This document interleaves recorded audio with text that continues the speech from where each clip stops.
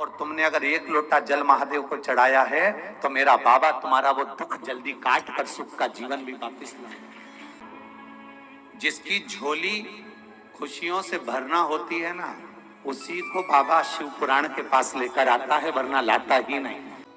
अपने ब्राह्मण कर्म को छोड़कर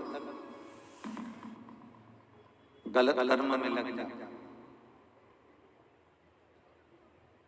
चोरी का धन लेकर शिवालय में पहुंच जाता। शिव महापुराण की कथा में आप लोगों ने श्रवण किया है कि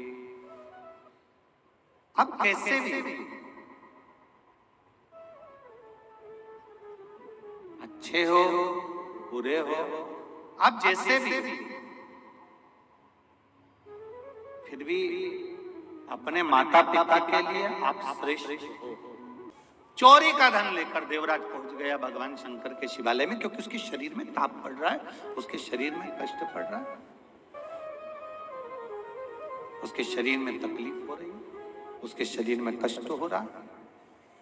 और जब वो शरीर में कष्ट हो रहा है, तकलीफ हो रही है, तो वो बुखार आने पर, ताप पड़ने पर वो शिवालय के अंदर प्रवेश कर गए।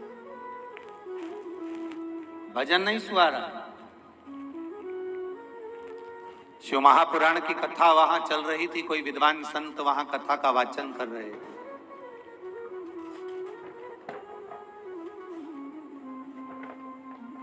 कोई विद्वान संत वहां कथा का वाचन कर रहे थे, जिस शिवालय में देवराज भगवान शंकर के उस शिवालय में जो चोरी का धन लेकर पहुंचा था, वहां पर कथा चल रही थी और कोई महादेव की जय जय घोष कर रहे थे, हार हार।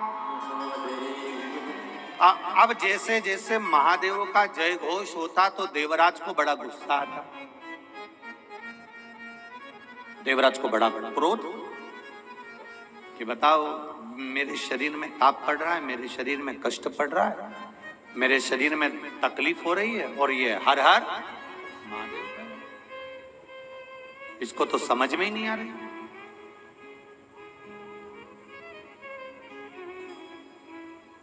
जब तक गलत अन्न और गलत धन, तीन चीजें हैं, बहुत सावधानी से सुनिएगा।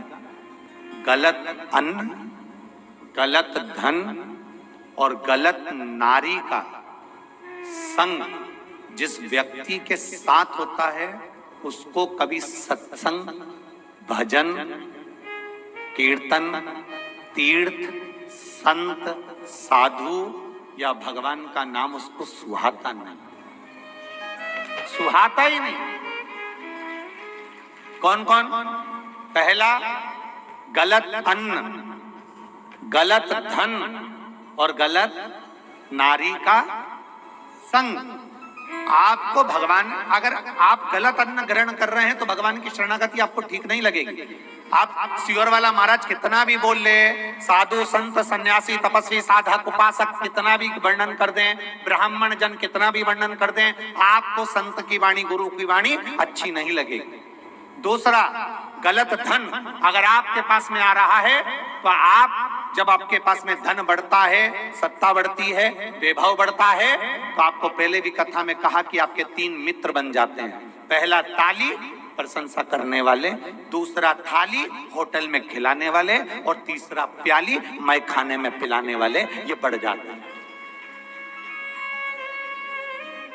ये तीन मित्र बढ़ जाते हैं और ये तीन मित्र एक दिन बर्बाद कर कर छोड़ देते हैं। तो शास्त्र कहता है, एक अन्न का असर जल्दी होता है, दूसरा धन का असर, गलत धन यदि आपके पास में आ रहा है तो उसका असर जल्दी होता है, और तीसरे नंबर पर है पर स्त्री, कोई ऐसी नारी जो तुम्हारे से केवल धन के लोभ में जुड़ी है, कोई धन के लिए, कोई व्यापार आदि के